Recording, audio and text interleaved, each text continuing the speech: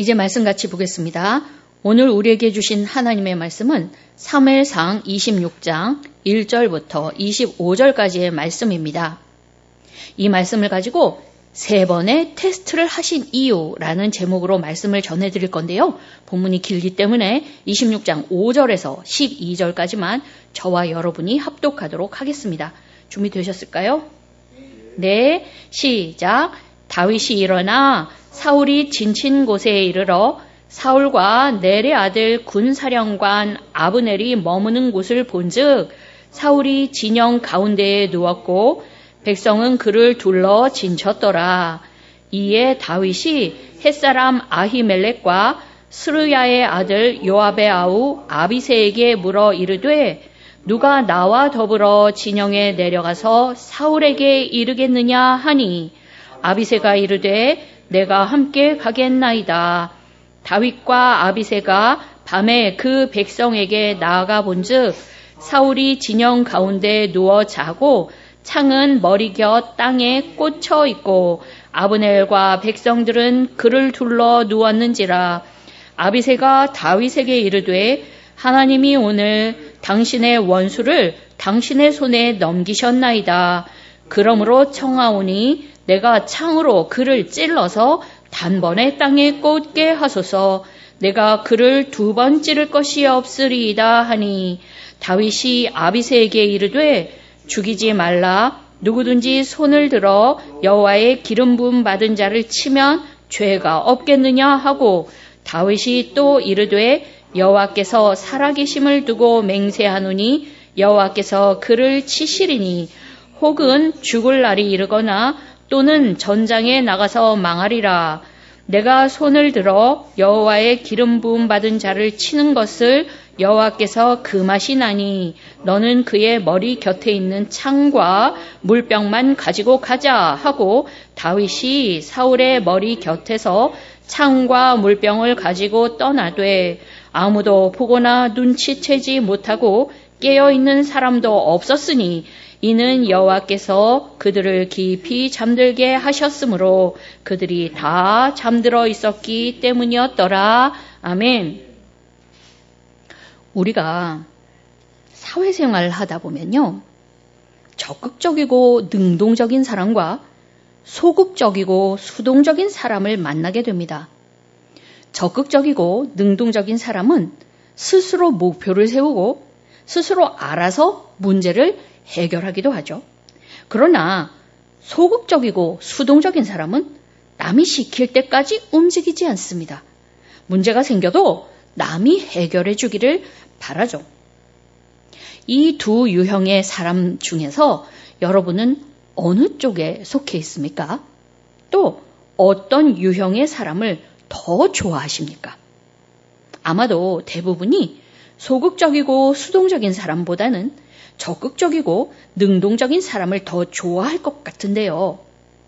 내 인생은 나의 것이라고 외치면서 자기 인생에 대한 계획을 세우고 자기의 능력으로 개척해 나가는 것이 당당하고 멋져 보이기 때문일 것입니다. 그런데 이렇게 우리 눈에 멋져 보이는 것이 하나님께는 그다지 멋져 보이지 않는 것도 있습니다. 왜냐하면 우리가 하나님을 따르는데 방해가 되기 때문인데요. 그럴 때 하나님께서는 우리의 가치관과 생각을 바꾸시기 위하여 우리를 훈련하시고 우리의 마음을 테스트하십니다. 오늘 본문도 바로 그렇게 하나님께서 다윗을 훈련하시고 테스트하신 내용인데요. 이번이 똑같은 내용으로 하시는 3번째 테스트입니다. 그렇다면 하나님께서는 왜 똑같은 내용의 훈련과 테스트를 다윗에게 3번이나 하셨던 것일까요? 그리고 그것을 통하여 우리에게 하시고자 하는 말씀은 과연 무엇일까요? 본문을 통하여 같이 알아보도록 하겠습니다. 하나님께서 다윗에게 3번의 똑같은 훈련과 테스트를 거치게 하신 첫 번째 이유는 그의 마음이 하나님께 확정되게 하시려는 것이었습니다. 오늘의 이야기는 10사람이 사울에게 다윗이 숨어 있는 것을 또 고발함으로부터 시작이 됩니다. 그리고 사울은 여느 때와 같이 3,000명의 군사를 이끌고 다윗을 잡기 위해 나섰습니다. 그러나 다윗이 곧 이 사실을 눈치채죠. 그런데 이번에는 다윗의 대처가 지난번과는 달랐습니다. 그저 숨을 죽이고 사울을 피해서 숨어 있는 대신에 다윗이 먼저 사울을 찾아가기로 한 것입니다. 다윗은 밤에 몰래 자기의 친족이자 마음을 같이 하는 용맹스러운 아비새와 함께 사울의 진영으로 들어갔습니다. 그리고 진영 한가운데에 누워 자고 있던 사울의 천막 안으로 들어갔죠. 아비새는 사울의 머리맡에 그의 창이 꽂혀 있는 것을 발견하고는 자기가 그 창으로 사울을 죽이게 해달라고 다윗에게 청했습니다. 그러나 다윗은 허락하지 않았습니다. 9절과 10절의 말씀입니다. 다윗이 아비새에게 이르되 죽이지 말라. 누구든지 손을 들어 여호와의 기름 부음 받은 자를 치면 죄가 없겠느냐 하고, 다윗이 또 이르되 여호와께서 살아계심을 두고 맹세하노니 여호와께서 그를 치시리니 혹은 죽을 날이 이르거나 또는 전장에 나가서 망하리라. 다윗은 지난번 엔게디 동굴에서와 같이 사울의 목숨을 취할 수 있는 절호의 기회를 또 맞이했으나 여전히 자기 손으로 그의 목숨 취하기를 거절했습니다. 이유도 똑같습니다. 사울이 여호와의 기름 부음 받은 자였기 때문이다 라는 거죠. 그러므로 그를 치시는 것도 하나님께서 직접 하실 일이라는 것입니다. 그러나 이번에도 다윗은 지난번과 같이 빈손으로 돌아가지는 않았습니다. 자고 있는 사울의 머리맡에 꽂혀있던 그의 창과 물병을 가지고 나온 것입니다. 그런데 놀라운 것은 다윗과 아비새가 사울의 진영을 들어갔다 나오는 동안 사울과 3,000명의 군사 중에 그 누구도 그들이 드나들음을 눈치채지 못했다라는 것입니다. 어떻게 그럴 수 있었을까요? 분명 보초들도 곳곳에 서 있었겠죠? 그런데요, 그래봤자 다 소용없는 일이었습니다. 왜냐하면 하나님께서 그들을 다 잠들게 해서 다윗을 보호하셨기 때문입니다. 12절 하반절을 보니 이는 여호와께서 그들을 깊이 잠들게 하셨으므로 그들이 다 잠들어 있었기 때문이었더라 라고 했거든요. 그렇다면 이것은 지난번 엔게디 동굴에서와 똑같이 마치 하나님께서 다윗의 손에 사울을 맡기신 것 같은 상황이었다라는 것입니다. 사울은 자기에게 닥친 위험도 모르고 무방비 상태로 있었기 때문에 다윗이 마음만 먹으면 그의 생명을 쉽게 취할 수 있는 그런 상황이었다라는 거죠. 그러나 다윗은 그러지 않았습니다. 어떤 분은 그건 다윗으로서는 정답을 이미 한번 맞췄던 문제인데 그 문제를 한 번 더 푸는 거 아니야? 그러니 별로 힘들이지 않고 이번 테스트를 통과했겠지 라고 생각하시는 분도 있을 수 있습니다. 그러나 사람의 마음은 간사하기 이를 데 없어서 한때 먹은 마음을 그대로 유지하기가 어렵습니다. 그래서 우리말에 작심삼일이라는 말도 있지 않습니까? 시간이 흐르고 환경과 처지가 변하면 마음도 변하기 쉽다라는 것입니다. 그러면 이때에 다윗의 마음은 어떠했을까요? 하나님을 경외하고 그 말씀에 순종하는 마음이 확고해서 전혀 흔들림이 없었을까요? 그래서 사울을 어찌해 보려는 마음이 눈꼽만큼도 없었을까요? 그랬을 수도 있겠죠. 왜냐하면 나발의 사건을 통하여 다윗이 크게 깨달은 바 있을 것이기 때문입니다. 자기의 원수가 누구이든 기름 부음 받은 사울이든 아니면 어리석은 나발이든 간에 원수 갚는 일은 하나님께 있고 자기는 이것에 순종해야 한다는 것을 알았을 것이기 때문이죠. 그러나 그렇지 않았을 수도 있습니다. 왜냐하면 이번에는 다윗의 손에 사울의 옷자락이 아닌 자기를 죽으려고 들었던 그 사울의 창이 들려 있었기 때문입니다. 그리고 다윗의 옆에는 그를 대신하여 사울을 죽이겠다라고 하는 아비새도 같이 있었죠. 모르긴 몰라도 한쪽 눈 질끈 감고 사울의 목숨을 취할 수도 있었을 것이다 라는 거예요. 그래서 이번 상황은 어찌 보면 한 번 더 꼬아져서 함정이 더 많아진 문제가 되었을지도 모르겠다라는 것입니다. 난이도가 높아진 거예요. 그러나 다윗은 이번에도 정답을 맞췄죠. 그렇다면 하나님께서는 왜 다윗에게 3번의 똑같은 훈련과 테스트를 거치게 하신 것일까요? 왜냐하면 그의 마음이 하나님께 확정되게 하시려는 것이었습니다. 어떤 일이 닥쳐도 언제나 어디서나 다윗이 자기 마음 중심에 하나님을 모시고 순종하게 하기 위함이었다라는 것입니다. 아까도 말씀드린 바와 같이 사람의 마음은 변합니다. 영화 봄날은 간다에서 이런 대사가 나오죠. 어떻게 사랑이 편하니?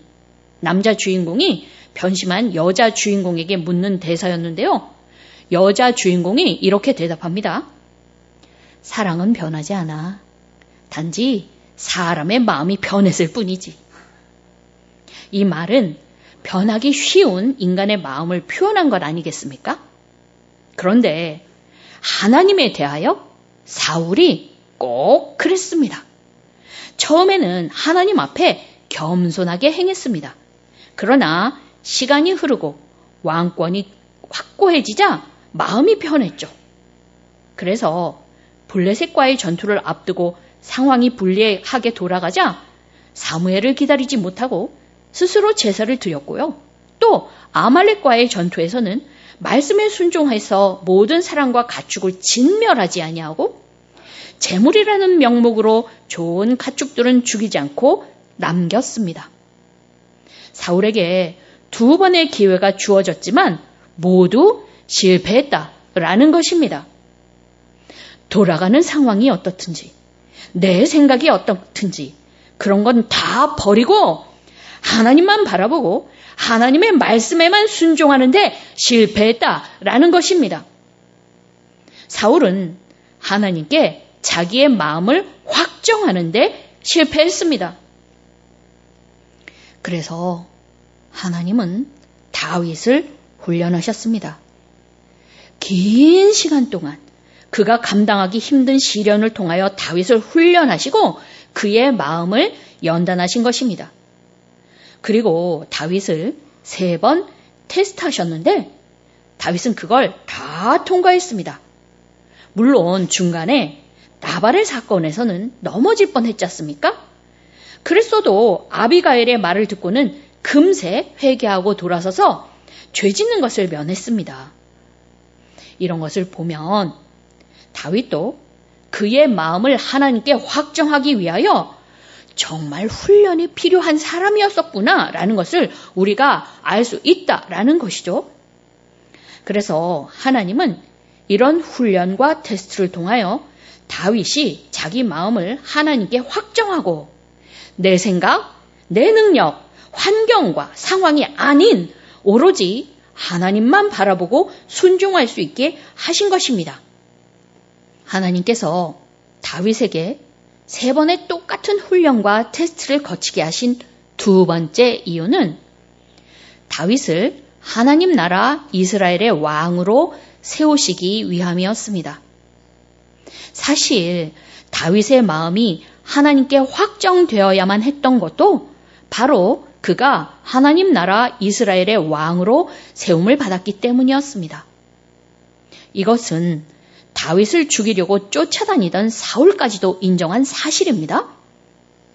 사울의 창과 물병을 가지고 사울 진영을 무사히 빠져나온 다윗이 산 꼭대기에 올라가서 자기의 안전을 확보한 이후에 지난번과 마찬가지로 사울에게 소리쳐서 말했습니다. 내용도 지난번과 대동소이합니다. 13절에서 20절까지의 긴 말씀을 요약하면 이런 내용입니다.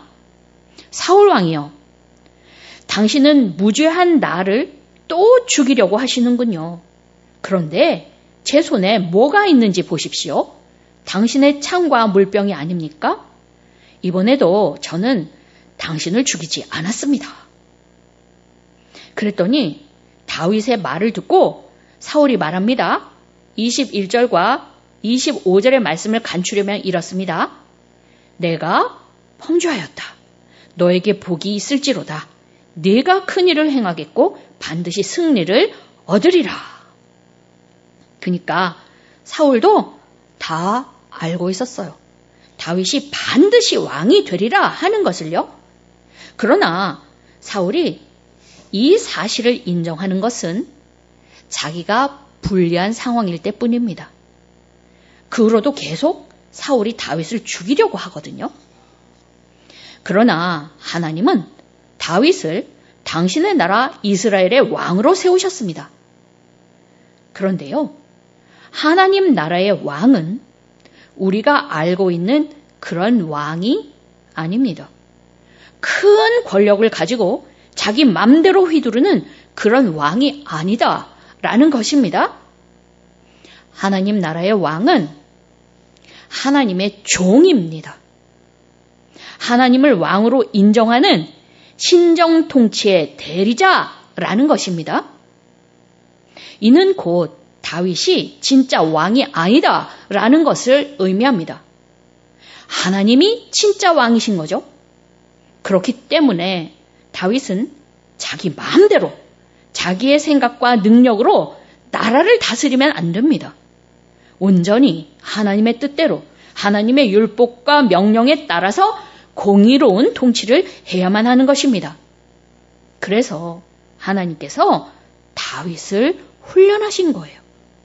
언제나 어디서나 다윗이 자기의 생각과 능력을 의지하지 않고 환경과 상황에도 휘둘리지 않고 온전히 하나님만을 바라보고 의지하며 겸손하게 그 말씀에 순종하도록 하는 하나님 나라의 왕의 훈련을 시키신 것입니다.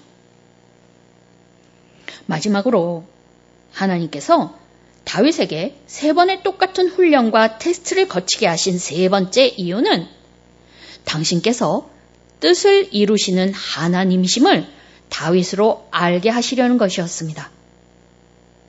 하나님의 뜻은 하나님께서 주도적으로 이루어 가신다라는 것을 다윗이 훈련받는 내내 느끼고 깨닫게 하셨다라는 것입니다. 지난번 엔게디 굴에서 사울은 다윗이 숨어있는 동굴로 들어왔습니다. 거기가 호랑이 굴인 줄도 모르고 제 발로 걸어 들어왔죠. 그리고 이번에는 다윗이 3,000명의 군사가 있는 진을 뚫고 잠자고 있는 사울의 머리맡에 와서 자기의 창과 물병을 집어가도 모르고 그냥 잠만 자고 있었다라는 것입니다. 이것이 다윗의 능력으로 된 일입니까? 아니면 우연이었을까요? 둘 다 아닙니다. 모두 하나님께서 하신 일이죠. 하나님께서 다윗이 어떻게 하나 이것을 보시려고 다윗의 손에 사울을 맡기신 겁니다. 이것은 하나님께서 다윗을 테스트하신 것이지만 또한 이 모든 상황이 하나님의 손에서 이루어지고 있었다라는 것을 의미하는 것이기도 합니다. 이와 같은 일은 또 있습니다. 바로 사울의 고백이죠. 지난번에 엔게디 동굴에서 다윗의 순종으로 살아나온 사울은 이렇게 말했습니다. 보라, 나는 네가 반드시 왕이 될 것을 알고 이스라엘 나라가 내 손에 견고히 설 것을 아노니. 그리고 이번 10광야에서도 창을 뺏긴 후에 말했죠. 내 아들 다윗아, 네게 복이 있을지로다. 내가 큰 일을 행하겠고 반드시 승리를 얻으리라. 다윗이 사울에게 이렇게 말하라고 시켰나요? 아닙니다. 하나님께서 오랜 시련으로 지친 다윗에게 확신을 주시려고 사울의 입을 통해서 하나님의 뜻이 선포되게 하신 것입니다. 이런 것을 볼 때에 이 모든 상황은 하나님의 손에 있었습니다. 주님이 다윗을 왕으로 결정하셨고 또 그것을 친히 이루어가고 계시다라는 것입니다. 물론 다윗도 여기저기 광야를 돌아다니며 오랜 기간 훈련을 받느라고 얼마나 고생했겠습니까? 자기 목숨 간수하기도 힘든데 함께하는 600명의 사람들의 의식주 문제까지 해결해가며 고생이 많았겠죠. 그런데 다윗은 거기다가 그래서 힘들고 성질 난다고 자기 마음대로 할 수도 없었을 것입니다. 왜냐하면 하나님 나라에서의 자기의 위치가 어떤지 잘 알고 있었거든요. 그래서 있는 힘을 다해서 순종 훈련에 임했던 것입니다.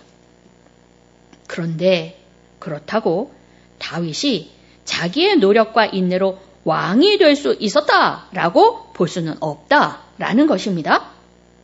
우리의 구원이 우리의 믿음 때문이 아니라 하나님의 은혜로 인함인 것처럼 다윗이 왕이 될 수 있었던 것은 다윗의 노력이 아니라 다윗의 뒤에서 상황을 주도하시며 그를 왕으로 세우시는 하나님이 계셨기 때문이다라는 것입니다.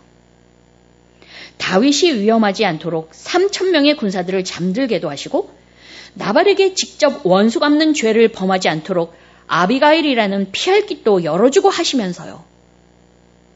그러니까 하나님께서는 당신의 뜻을 당신이 친히 당신의 능력과 은혜로서 주도하셨고 마침내 이루시는 분이다라는 것입니다. 성경에 나오지 않아서 우리는 잘 알 수 없지만 모르긴 몰라도 다윗이 훈련을 받는 동안 하나님께서는 다윗의 눈 앞에 당신이 모든 일을 이루신다라는 사실을 수없이 증명하셨을 것입니다. 그래서 이 사실은 다윗이 왕으로 통치하는 동안 그가 크게 의지할 진리가 되었을 것입니다. 하나님의 선하신 뜻을 믿고 어떠한 일이 닥쳐도 당황하거나 낙심하지 않고 무한하신 능력과 권세로 능히 이루실 그 하나님을 의지할 수 있었을 테니까요. 그러면 다윗의 어깨가 조금은 가벼워졌겠죠? 사랑하는 새생명교회 성도 여러분, 적극적이고 능동적으로 자기의 인생을 개척해 나가는 사람이 좋아 보이십니까? 그의 능력과 지혜가 부러우십니까? 그러나 그것이 하나님의 자녀들에게는 오히려 독이 될 수도 있고 하나님께 나아가는데 예수님을 닮아가는데 장애물이 될 수도 있다라는 것을 기억하십시오. 우리는 왕이신 하나님을 섬기는 백성이요 그의 자녀들입니다. 그래서 온전히 하나님의 말씀에 순종하여 왕이신 하나님과 함께 세상을 다스릴, 다시 말하면 진리와 사랑, 정의와 공평으로 세상을 섬길 사람들입니다. 그래서 우리는 내 뜻, 내 생각, 내 계획, 내 능력을 따라 행하면 안 됩니다. 사실 하나님께서 우리에게 어려움을 주셔서 우리를 훈련하시는 것도 바로 이것 때문입니다. 내 생각, 내 능력 의지하지 말고 내 마음대로 하지 말고 하나님께만 순종하도록 하기 위한 것이다 라는 거죠. 어떤 상황 가운데에서든지 우리 마음이 하나님께 확정되어 흔들리지 않는 순종으로 나아가게 하기 위함이다 라는 것입니다. 그러므로 만일 주님께서 다윗에게와 같이 나에게도 자꾸만 반복되는 훈련을 하신다면 나의 부족함이 무엇인지 주의 깊게 살펴서 행하셔야 합니다. 나를 십자가에 못 박고 하나님께 순종하셔야 합니다. 그리고 다윗에게와 같이 나에게서도 하나님의 선하고 아름다우신 뜻을 이루어 주실 그 주님을 바라고 견뎌야 합니다.